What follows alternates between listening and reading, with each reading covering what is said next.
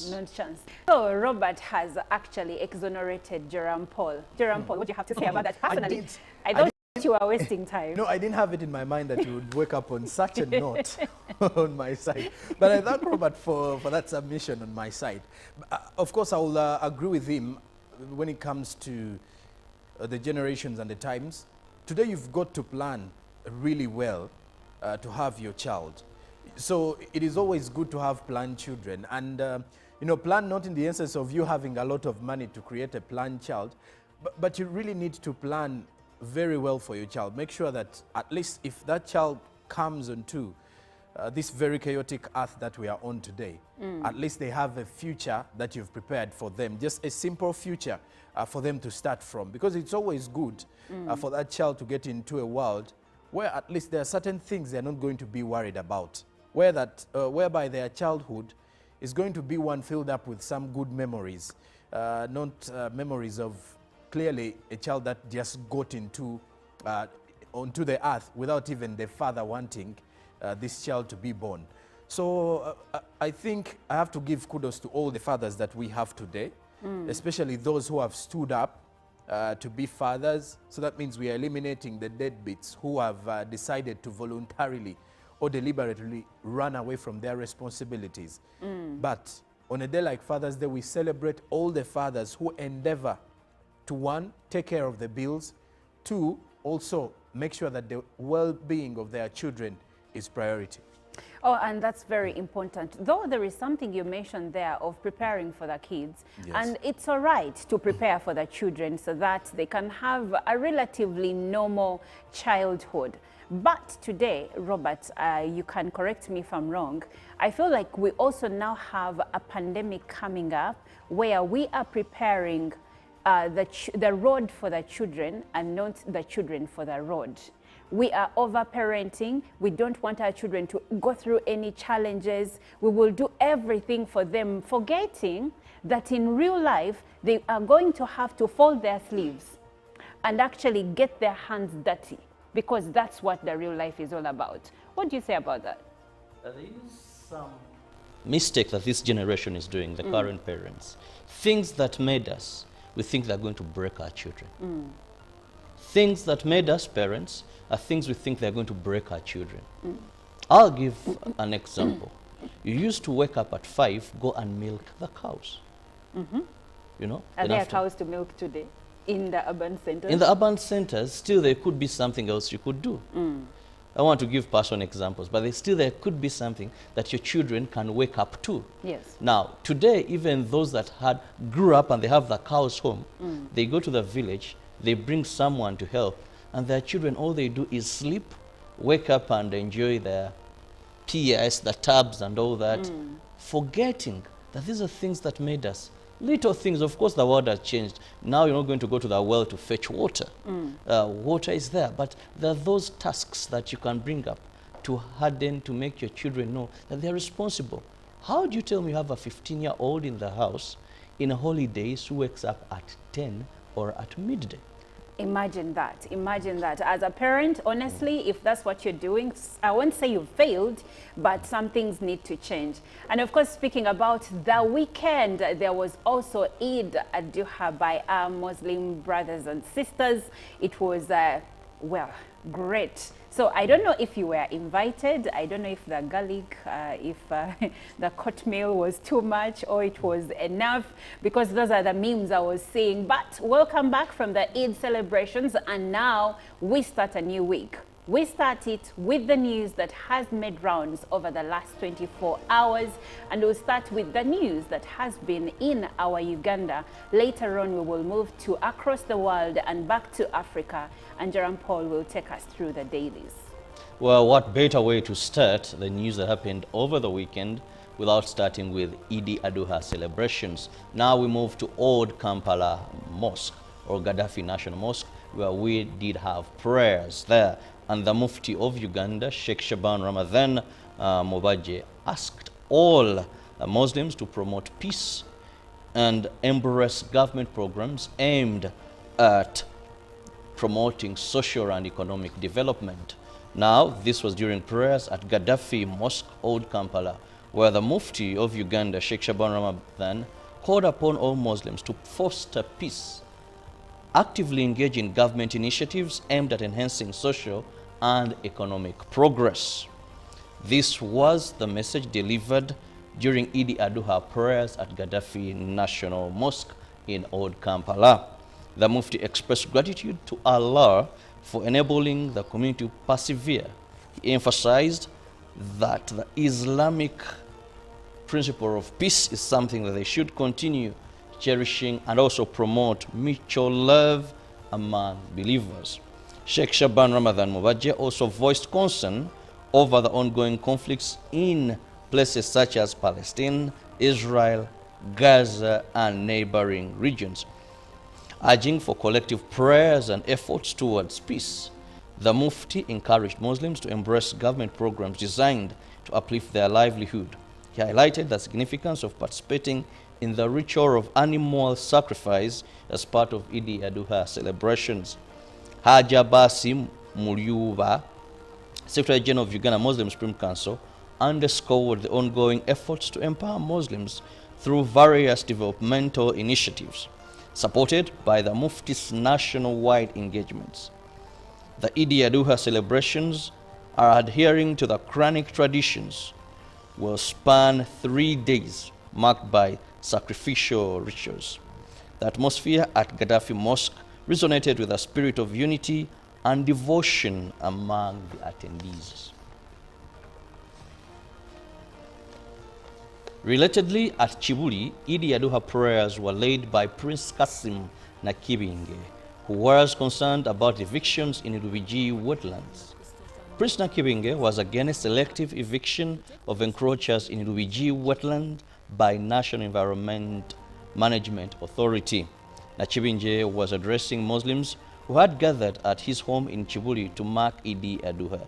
At around 8:30, Muslims were at Chibuli Mosque to participate in Eid Adha prayers, which were led by Dr. Muhammad Kigundu, who urged Muslims to know the meaning of Eid Adha.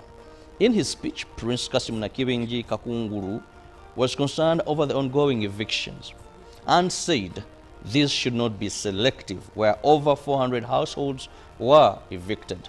Prince Nakibingi asked NEMA to always give a grace period before carrying out evictions.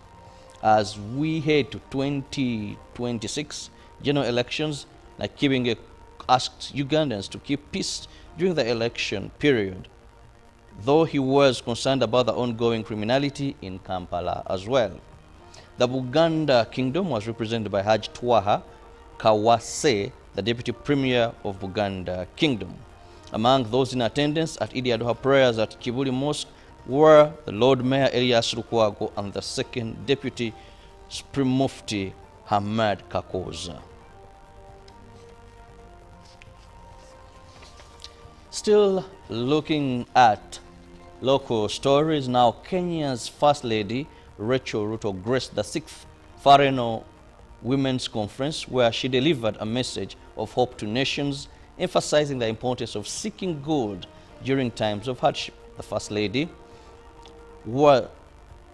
shared an inspiring example of Kenya during a prolonged period of drought, eventually receiving rain after the nation turned to God in prayer.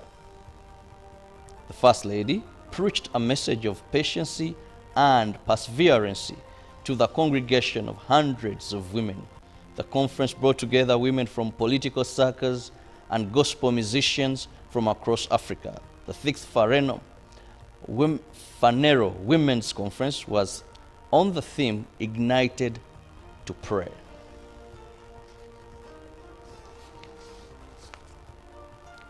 And finally, on the local scene, Uganda has commemorated the Day of the African Child with this year's event held in Kiryandongo district with a commitment to promote education of children. The day was officiated by the Minister of Gender, Labor and Social Development, Betty Among, and State Ministers, Minister Joyce Moruku Kadiku and Baram Baro Gahare. In 1976, students in South Africa demonstrated in Soweto demanding access to quality education. South Africa police swung into action, killing scores of them. In 1991, the African Union designated 16th of June to commemorate the African Child Day. In Uganda, this year's celebrations have been held in Chiriandongo. The Minister for Gender, Labour and Social Development, Betty Among, officiated at the celebrations. State Minister for Primary Education, Joyce Moriko Kaduku, and State Minister for Youth and Children Affairs, Barambaru Gahara, attended. This included children from the community entertaining guests and having so much to tell them. The event also attracted partners and stakeholders. At least there is acknowledgement of access to quality education as a key path to brighten generations. Africa ranks high in the world's population, and almost 75% of its population are youth. Well, now we cross over to the other side of the world, outside of Africa, and at least 14 Jordanian citizens have died during the Hajj pilgrimage in Saudi Arabia due to intense heat. This is according to officials. Jordan's foreign ministry said 14 of its nationals had died after suffering sunstroke due to the extreme heat wave, and a further 17 had been reported missing. Now, still on that story, according to AFP News Agency, the Iranian Red Crescent confirmed that 5 Iranian pilgrims had also lost their lives, but did not specify how they had died. Jordanian officials said searches were continuing for those missing. In a statement, the Jordanian Foreign Ministry said it was coordinating with the Saudi authorities on procedures to bury or transport the bodies of the deceased according to the wishes of their families. Hajj is one of the largest mass gatherings in the world. More than 1.8 million pilgrims are taking part this year, according to Saudi officials. But it has a history of deadly catastrophes, including stampedes and tent fires. But most years, the main challenge comes from intense heat. Now, moving on, Kyiv will hold peace talks with Russia today if Moscow pulls out of all Ukrainian territory, President Vladimir Zelensky has said. But speaking at the close of a summit for peace in Switzerland, he said Russian President Vladimir Putin would not end the war and had to be stopped in any way he can, whether by military or diplomatic means. Western aid was not enough to win the war, he added, but the summit had shown that international support for Ukraine was not weakening. Ukraine was not weakening. The meeting concluded with dozens of countries committing to Ukraine's territorial integrity. A final document was adopted which blamed the war's widespread suffering and destruction firmly on Russia. However, several countries attending, including India, South Africa, and Saudi Arabia, did not sign it. The summit was aimed at creating the broadest possible backing for a process that could help end the war in Ukraine. More than 90 countries and international organizations attended the summit. Now, coming back to Africa, tens of thousands of Malawians have taken part in a funeral service at the National Stadium to pay tribute to the vice president who was killed in a plane crash last week. Saulos Chilima, 51, was considered a breath of fresh air in Malawian politics. He was an eloquent public speaker and energetic campaigner who held huge sway among the youth, who account for more than half of Malawians. At the service, President Lazarus Chakwera promised a full investigation into the cause of the crash and said that he had asked foreign governments to help. I also have the same questions that Malawians have, he said. President Chakwera had previously said the military aircraft had crashed because of poor visibility caused by bad weather, but Mr. Chilima's UTM party has called for a thorough and independent investigation. The president said that the Malawian military would carry out an investigation, but that another independent one was needed as well. Well, that does it for our international news. Now, Jerome Paul takes us through the dailies from Uganda and elsewhere in East Africa. Now, the New Vision is having a huge headline that 35 members of parliament are also on the verge of being arrested because 35 MPs face arrest in fresh probe as a case involves re-arrested legislator Honorable Akamba. Find details in the New Vision today. One, a tribute to Dr. Edward Kasirye as you find out more of what was happening with the Eid al-Adha celebrations. The Muslims were celebrating it yesterday and all over the world. Now, diplomacy, First Lady hosts Kenyan counterpart. Then, in matters crime, CMI operative charged over robbing of Portuguese investor. Which CMI operative is that? Then also, 200 couples celebrate 50 years in marriage. Read about those in today's New Vision. And the Daily Monitor is highlighting Muhoozi orders arrest of errant army drivers. A new arrest warrant has been released by the CDF.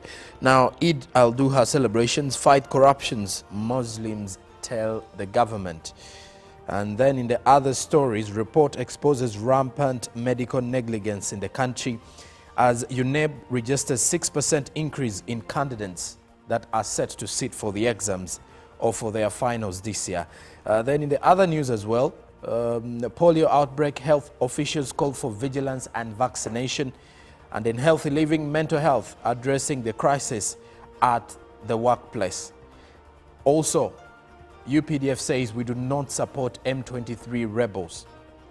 Find details in the Daily Monitor. Now in Kenya, the Daily Nation is highlighting why the finance bill may face legal test. Question the National Assembly. Finance Committee is expected to table the bill tomorrow.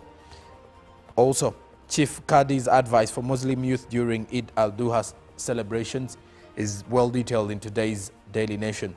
Now, judges and magistrates start go slow over shooting, and grand confusion in political landscape as the political games have hit the country's political scene as President William Ruto's administration faces growing defiance from within and without. Deputy President Rigathi Gachagua is leading one wing from within, while in the opposition, as Mayor leader Raila Odinga continues to blow out and cold despite receiving state support for his AU job bid. Then also, tribute the life and times of River Road tycoon with a frugal spirit. And in sport, the World Cup, Kenya's under-17 girls give hope to a nation. Then also lastly from the press review in The Citizen, that is from Tanzania, TIC signs 1.5 trillion Tanzanian pacts on Mukulazi Agriculture Investment City project. The national top Kenyan magistrate dies after courtroom shooting. Then why Fitch Ratings has given Tanzania stable outlook score. And then what reshuffling of president's close aides could point to. That and more is with the Citizen newspaper, and that is it from our press review this Monday morning. Well, Jerome, before we take a short break, there was in one of the dailies, I think it was Daily Monitor or New Vision, 200 couples celebrating 50 years in marriage. That's the New Vision this morning. Robert couldn't believe his ears. Robert, just in a second, what is it that shocked you? You don't believe that people are spending that long in marriage today? It's not that I don't believe that people are spending all that long in marriage today. But what quickly came to my thoughts is 50 years from now, will we be able to have 200 couples celebrate marriage? We shall. That is a question I want to give. I will rephrase. We shall be able to because let me just, a quick one. If you look at statistics, go to various churches. Yes. Try to follow up how many people are wedded and they have made 10 years in marriage today. Contrary to 50 years back, because 50 years back, celebrating 10 years, if today celebrating an anniversary of 1 year. Of 1 year. I am going to rephrase, and I will not need an answer. You'll give me the answer off air, but 50 years from now, will I see Robert married for 50 years? Ruben, Dev Saino, Famba, Godwin, Jerome Paul Sonko. I start ending with you. It was, of course, intentional. Well, we'll take a short break and we'll leave you with Irene Namubiru. Live from UPC Studios in Kampala. A father is something you must think twice. And I advocate for children by choice, not chance. So Robert has actually exonerated Jerome Paul. Jerome Paul, what do you have to say about that personally? I thought you were wasting time. No, I didn't have it in my mind that you would wake up on such a note on my side. But I thank Robert for that submission on my side. Of course, I will agree with him when it comes to the generations and the times. Today, you've got to plan really well to have your child. So it is always good to have planned children. And, you know, plan not in the essence of you having a lot of money to create a planned child, but you really need to plan very well for your child. Make sure that at least if that child comes onto this very chaotic earth that we are on today, at least they have a future that you've prepared for them, just a simple future for them to start from. Because it's always good for that child to get into a world where at least there are certain things they're not going to be worried about, whereby their childhood is going to be one filled up with some good memories, not memories of clearly a child that just got into onto the earth without even the father wanting this child to be born. So I think I have to give kudos to all the fathers that we have today, especially those who have stood up to be fathers. So that means we are eliminating the deadbeats who have decided to voluntarily or deliberately run away from their responsibilities. But on a day like Father's Day, we celebrate all the fathers who endeavor to, one, take care of the bills, two, also make sure that the well-being of their children is priority. Oh, and that's very important. Though there is something you mentioned there of preparing for the kids, and it's all right to prepare for the children so that they can have a relatively normal childhood. But today, Robert, you can correct me if I'm wrong, I feel like we also now have a pandemic coming up where we are preparing the road for the children and not the children for the road.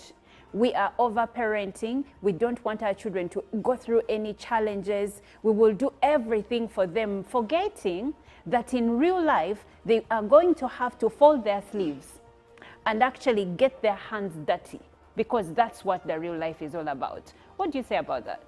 There is some mistake that this generation is doing, the current parents. Things that made us, we think they're going to break our children. Things that made us parents are things we think they're going to break our children. I'll give an example. You used to wake up at 5, go and milk the cows. You know? Are there cows to milk today in the urban centers? In the urban centers, still there could be something else you could do. I want to give personal examples, but there could be something that your children can wake up to. Yes. Now, today, even those that grew up and they have the cows home, they go to the village, they bring someone to help, and their children, all they do is sleep, wake up and enjoy their PS, the tubs and all that, forgetting that these are things that made us. Little things, of course, the world has changed. Now you're not going to go to the well to fetch water. Water is there, but there are those tasks that you can bring up to harden, to make your children know that they're responsible. How do you tell me you have a 15-year-old in the house in a holidays who wakes up at 10 or at midday? Imagine that. Imagine that. As a parent, honestly, if that's what you're doing, I won't say you failed, but some things need to change. And of course, speaking about the weekend, there was also Eid Adha by our Muslim brothers and sisters. It was, well, great. So I don't know if you were invited. I don't know if the garlic, if the court meal was too much or it was enough, because those are the memes I was seeing. But welcome back from the Eid celebrations, and now we start a new week.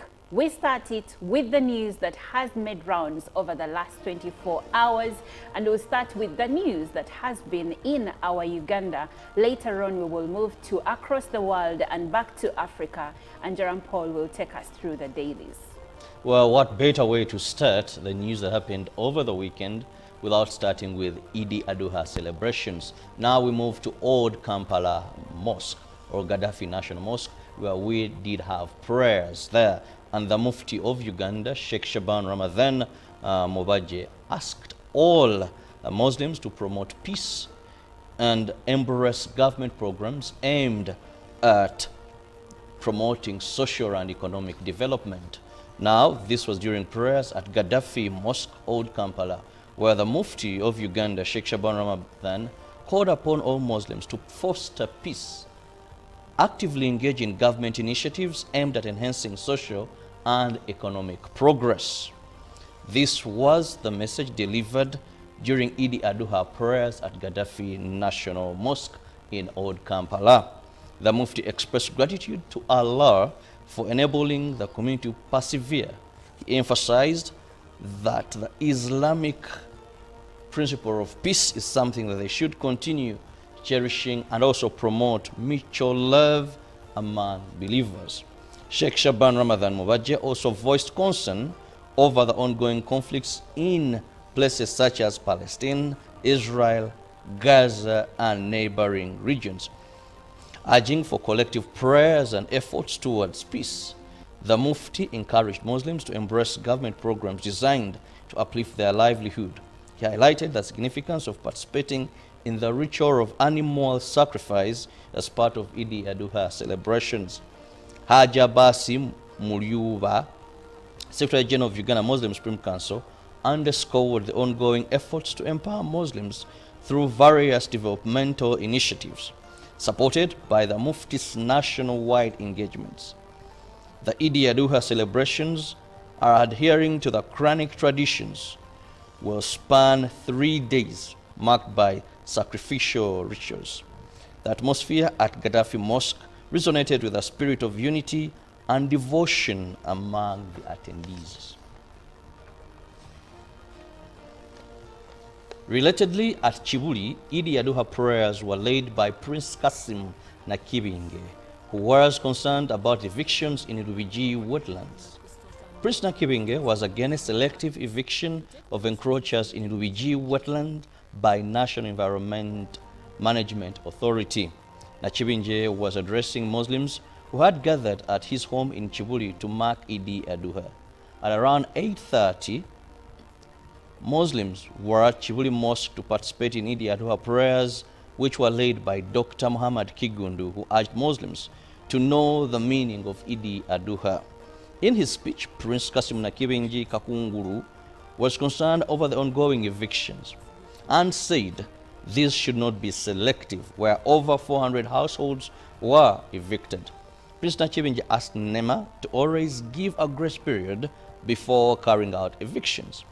As we head to 2026 general elections, Nakibinge asked Ugandans to keep peace during the election period, though he was concerned about the ongoing criminality in Kampala as well.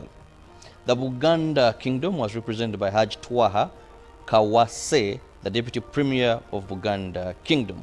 Among those in attendance at Idi Aduha prayers at Chibuli Mosque were the Lord Mayor Elias Lukwago and the Second Deputy Supreme Mufti Hamad Kakoza. Still looking at local stories now, Kenya's First Lady Rachel Ruto graced the 6th Fareno Women's Conference, where she delivered a message of hope to nations, emphasizing the importance of seeking good during times of hardship. The First Lady shared an inspiring example of Kenya during a prolonged period of drought, eventually receiving rain after the nation turned to God in prayer. The First Lady preached a message of patience and perseverance to the congregation of hundreds of women. The conference brought together women from political circles and gospel musicians from across Africa. The 6th Fanero Women's. Some of these people are 60, 70, or even 50, and they're like, where has NEMA been all these years? Why? How do we know that this is actually a swampy area?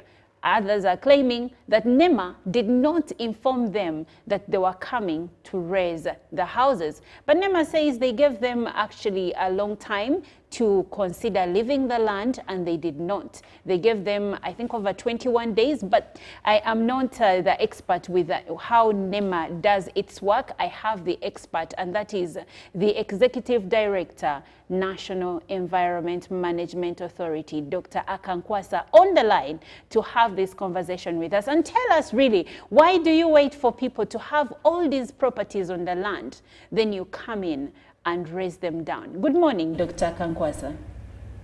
A very good morning to you, Olive, and our viewers and listeners. Yes, Doctor, I am here with Robert Chirabo Nyonyintono, and we have questions from Ugandans. The first question: why do you wait for people to live on the land for many years, construct buildings? I saw a gentleman saying he had 4 properties on that land, and then you come in and raise them down. Where were you before these buildings were put up? You see, the law of criminality does not have what we call limitation of time. Okay. And for example, if you steal somebody's property now, you cannot say that, you see, I stole, you did not see, and therefore you have no right to come and claim from me because I stole when you were asleep. But in a specific reference to this case, it's not that the people have been building and they were not being told. Government has conducted several operations in Rubiji. First of all, to clarify that this is not an operation of NEMA. NEMA is just part of the operators. We are actually assisting the institution responsible for wetlands management. So it's a multi-institutional operation. We have NEMA, we have Ministry of Water and Environment, Wetland Management Department, which is the agency responsible for management of wetlands in Uganda. We have KCA, we have the local government, we have the police, we have the army to come and help us on request. So it is not that this is an operation of NEMA alone. It is an operation of government, and it is a multi-institutional. And the idea that where has government been does not arise at all, because according to the law, criminal offenses do not expire. If you commit a criminal offense now, even if it is 200 years, the offense does not expire, it doesn't die. It's only civil matters that have limitation of time established by law, but criminal matters do not expire. So, like I have said before, I want to restate that enforcement operation or enforcement operators cannot have adequate capacity to police every inch of soil of Uganda's land to prevent crime. That's why we have courts, that's why we have police. It's not meant to only prevent. Prevention is one of the options, but even if you are not prevented, if you do the activity or if you do the crime, you are dealt with every time or whenever the law catches up with you. So you cannot say, you see, I stole, you did not see me, and therefore I am not guilty. That does not work in criminal jurisprudence, and therefore the person cannot claim that. Because so, what you're saying, Doctor? We did not have capacity, neither shall we have capacity in the near future to police and physically station people to keep seeing who is committing a crime where. So what you're saying right now is that what we need to call upon Ugandans is that whether you are seen or you are not seen, please respect the law, live within the means of the law, do not commit crime because you are not being seen, because crime can catch up with you anytime. Okay, doctor, we get that. But are you saying that NEMA waited all these years for these people to construct or erect property onto the alleged swampy area because you did not have enough capacity to come in right on time before the construction took place? You see, NEMA has conducted more than 6 operations in Rubiji. So it's not that NEMA waited. NEMA has been chasing people, and the people being chased always come back. Just last year alone, we were in Rubiji chasing people, and hardly 6 months, the people you've chased come up and they encroach again. You will be surprised to go now and find even now that you still have some encroachments, even when the operation is still ongoing. So there is a lot of impunity, there is a lot of lawlessness, and I think as a country, if we must develop, if we must progress as a nation, we must say no to impunity and respect the rule of law. Now, Doctor, hello, Doctor. Yes. Please help us understand what is a wetland, because usually when you go to such places, people may tell you, but are we in a wetland?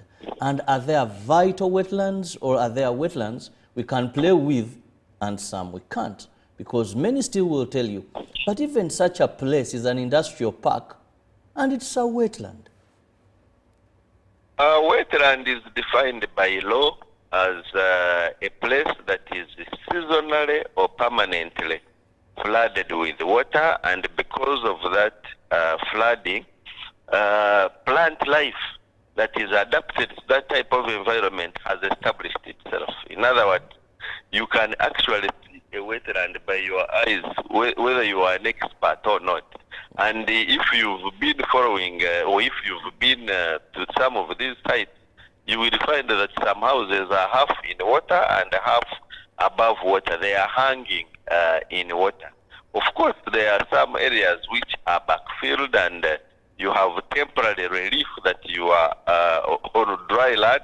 But when it rains and there is increased water levels in the wetland, you also hang in water. So it is first of all very dangerous for these people to be in a wetland, because they can be swept anytime by flooding, and then we lose lives and property. But it is also unlawful. So it is not true that you cannot be a wetland. They know, in fact, if you've been following, most of them say we were sold here by, an LC, somebody sold me like this. Nobody will tell you that I have a land title, I have been here for 10 years or 20 years, I was born here. No. These, the majority of them, if not all, are just makeshift, and they have been established with a clear warning. They are warned, they remove them, they re-establish again.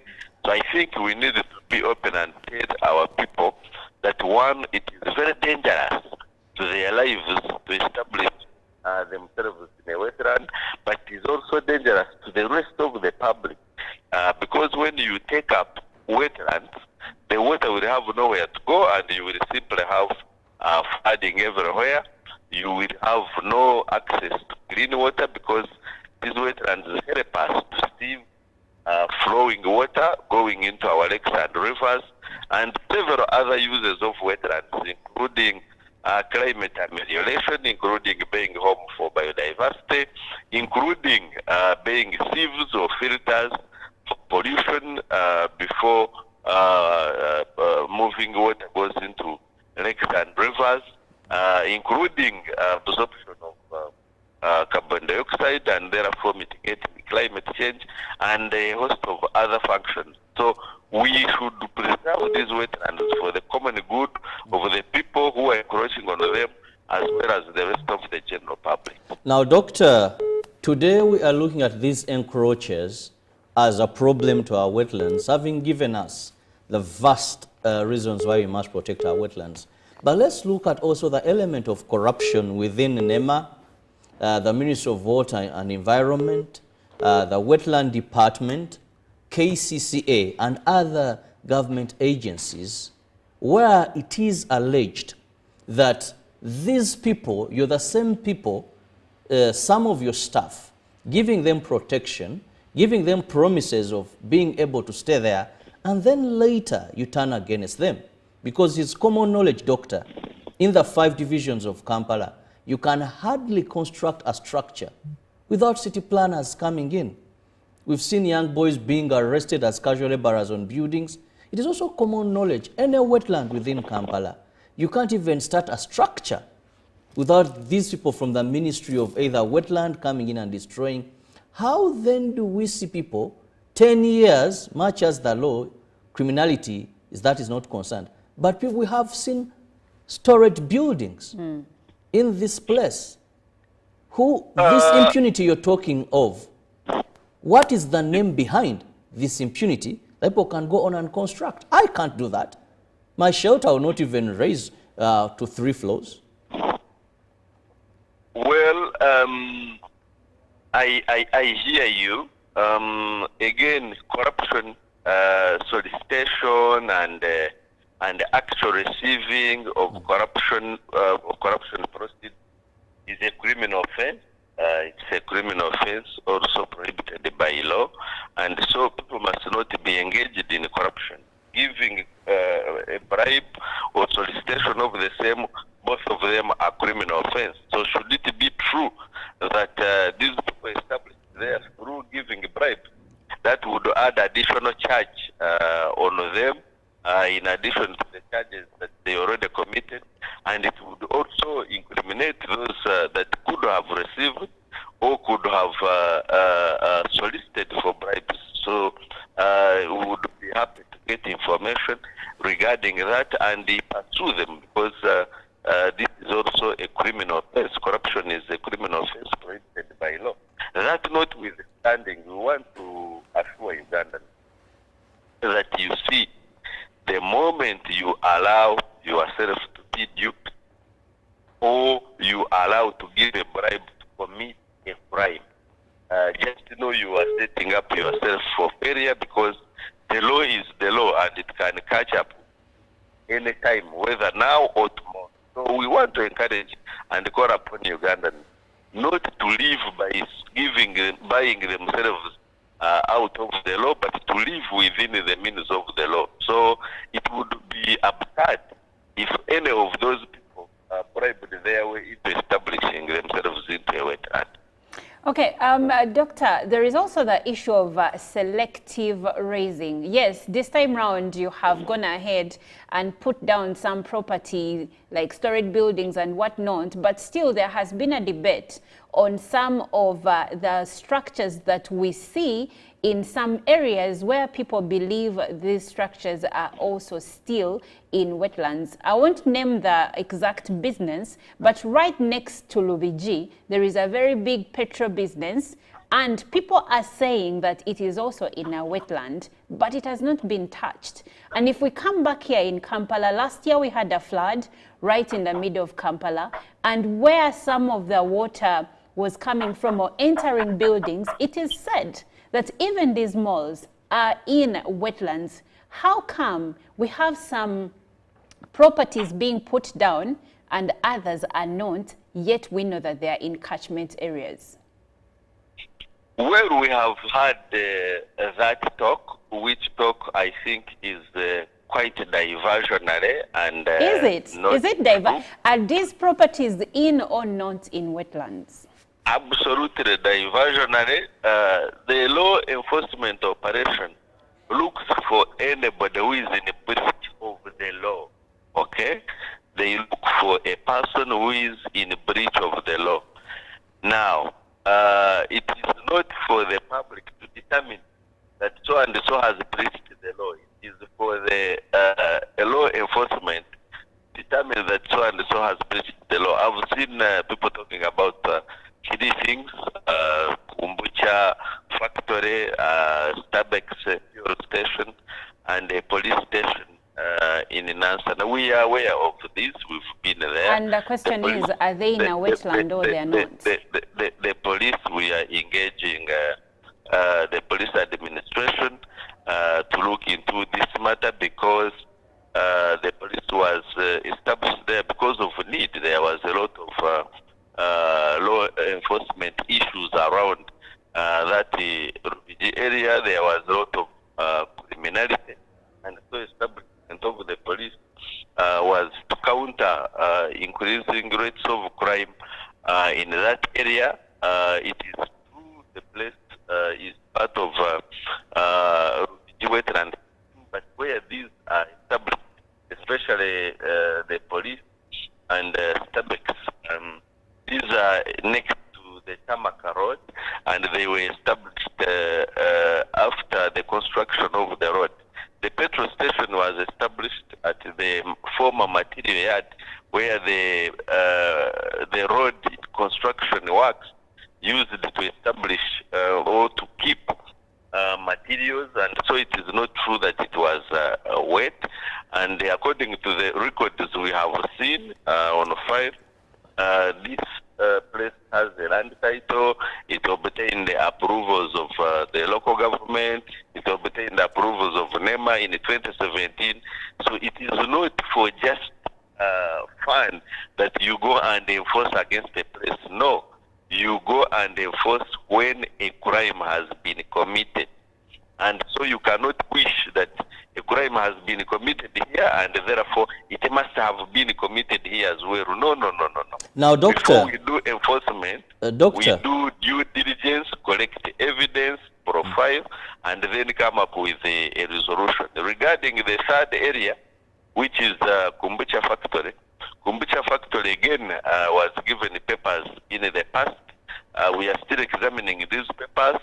There is a possibility that in fact, even if the papers were given, there could have been additional encroachment. We've already issued them restoration order. They've already started removing the soil. They were also, in addition to extending into the wetland, they were polluting through discharge of untreated waste into the wetland, and their case is still ongoing. I wouldn't divulge more details beyond this because the case is still ongoing. Now, Doctor, yes, can we conclude that when the poor, the less connected, are found in wetlands, it is eviction, and when investors or the rich and connected, we have issues like an impact assessment report was carried out, and we found better ways to use that wetland without affecting the ecosystem. They sought permission, they have a land title. Because when we discuss this issue of wetland, even away from Lubigi, Doctor, you and me must agree that we've seen a number of structures in wetlands. And the few interviews I've always had with you, you've told me how they obtained an impact assessment report, which I think people building funny houses cannot obtain. So that is the question where we hear people like Prince Akasim Nachibengi Kakunguru coming up and saying selective justice. Because if I see a factory in a wetland, a mall in a wetland, and I'm told of a word impact assessment report, station. Then this other side, when I see people growing yams and some having funny structures, they leave the forces there.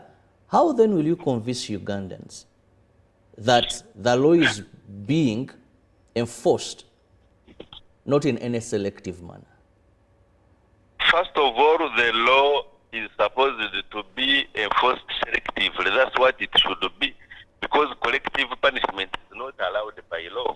So to enforce the law, you must look out for that who has committed the crime instead of punishing any mass. Collective punishment is not allowed by law.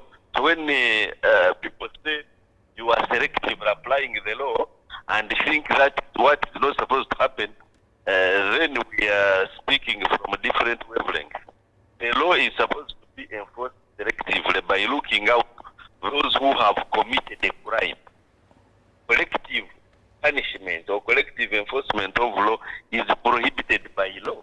You cannot go to a village and say one has committed a crime, all of you are guilty, you must all be punished. So that would be totally wrong, and I want people to look at the things we see using the same lens. Enforcement of the law is meant to be selective.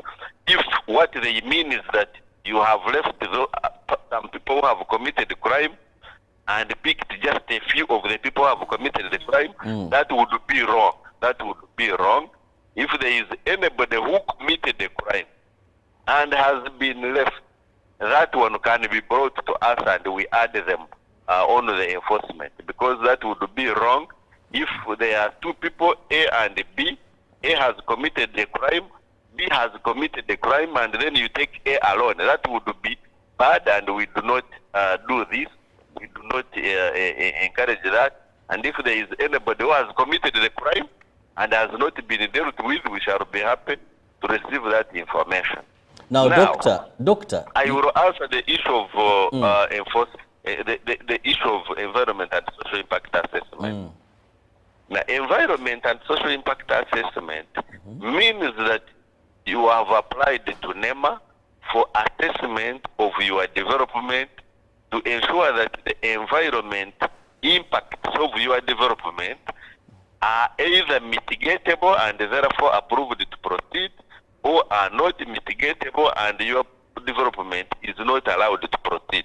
That's what environment impact assessment means. Now, effective 2nd September 2021, we indefinitely suspended approval of any developments in wetlands. This was because our wetland cover was decreasing at a faster rate, and we were in a dire crisis to save the remaining wetland. However, those who obtained permissions and certificates before this ban cannot be wished away. You have seen areas which you have yourself talked about, for example, Namamfe. Some factories were established in wetlands with the full permission of government. So you cannot go there and remove them because they have committed no offense. You cannot, because you want to please the public that you are punishing everyone, go and start committing offenses yourself by demolishing buildings that are not unlawful. You go for those which are unlawful. So it's not about appeasing people. We are not into the game of politics, of making people happy, that you have punished many people. Not at all. We follow the application of the law where it applies. We do due diligence, we evaluate evidence, and then take action. We are not into the business of populism. Well, Doctor, there is a comment coming through here, and the gentleman says, do you realize that Mr. Kankwasa is unable to clearly define and stipulate who the law comes for? And he says anyone can, I think the point you were explaining earlier, he says that according to him, he's saying that actually anyone can stay in a wetland so long as he or she has manipulated the law to acquire documents to go against the law on environment. And this is where we feel. Manipulation is a different matter. I haven't said manipulation, but no, this is not what you said, but I think this is how he interpreted it. So just clarify on that. I can help him. The law says unlawfully. So if you have gone there lawfully, you are there with permission. Yes. Yeah. So, Doctor, on that, would we say that the people in Lubiji were evicted first for having gone there unlawfully? Had they obtained permission, this eviction would not take place? Well, you cannot obtain permission to reside in a wetland. A wetland is not for settlement. But you can obtain permission, at least before 2021, one could obtain permission to have, let's say, a factory in a wetland. That's absolutely right. Okay. So now with the Lubiji situation ongoing, where else is NEMA putting its focus going forward?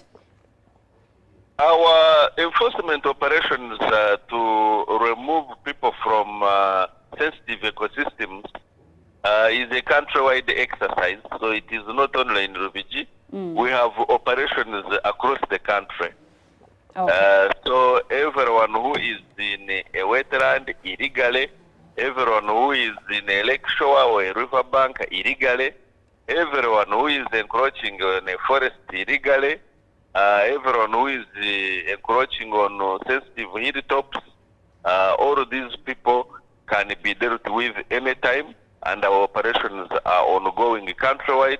So we want to call upon all of those who may have unlawfully encroached on sensitive environment systems to leave before law enforcement operations reach them, so that we save time and effort into saving our environment. Environment is not for NEMA, environment is not for Ministry of Water and Environment, environment is not for local government, environment is for all citizens.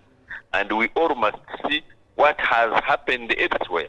You saw how many lives were lost in Kenya, you saw how many lives were lost in Brazil, you saw how many lives were lost in Rwanda recently and Burundi when there was flooding, South Sudan. We are not immune. This can happen here.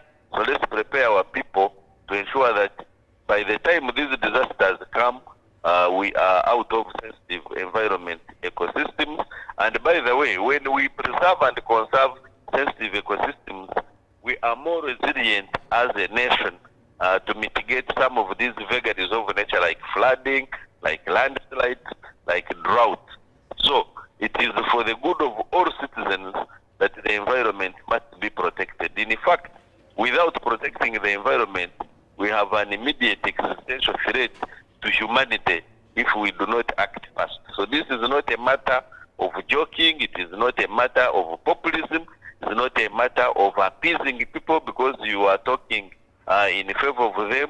In fact, anybody who promotes people to be in wetlands, you don't love these people because you are actually condemning them to be washed away. We lost 300 lives in Kenya just recently, you saw.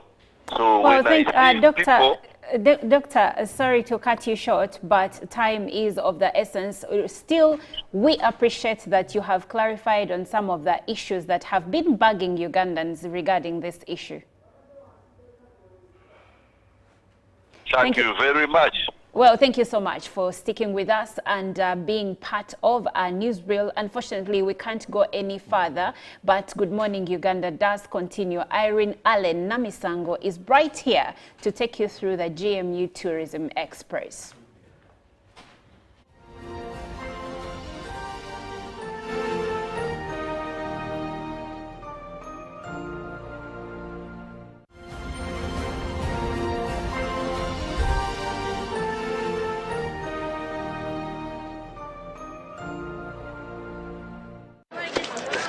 Juko. Yo. Check the shopping, man. What's your secret? Haven't you heard of the parish development model PDM? Yes, I did, but I thought it was just a talk. No, Sebatia. It is real. I and a few friends together formed a circle, accessed money from the PDM, invested in a portrait project, and now things are moving. Juko. I thought I was one of your friends. You are. But you left me behind. I didn't leave you in poverty. What you do, just visit your LC2 chairperson and your parish chief and start the process of economic transformation. Just like that. The parish development model is an initiative from the government of Uganda through the Ministry of Local Government designed to transform all lives of Ugandans for the better. PDM, my parish, my development, my life. UBC is the national public broadcaster. We educate, inform, entertain, and inspire our audiences. You can watch us on free-to-air channel 001, DSTV channel 282, GoTV channel 371, Star Times channel 201, Zuku TV channel 20, and Azam TV channel 350. Even when your subscription expires, you can still watch UBC for free on your pay TV platforms. Live from UBC Studios in Kampala, this is Good Morning Uganda.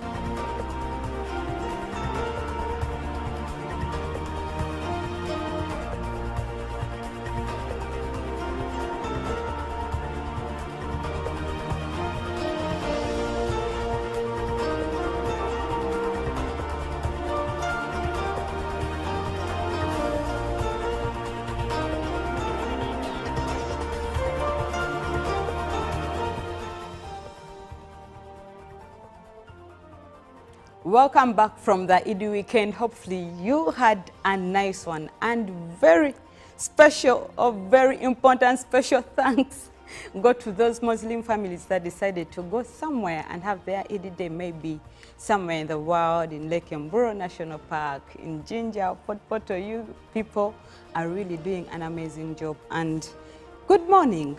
I am Irene Alena Misango, and this is the GME Tourism Express, your go-to segment for anything that you need to know about Uganda's tourism.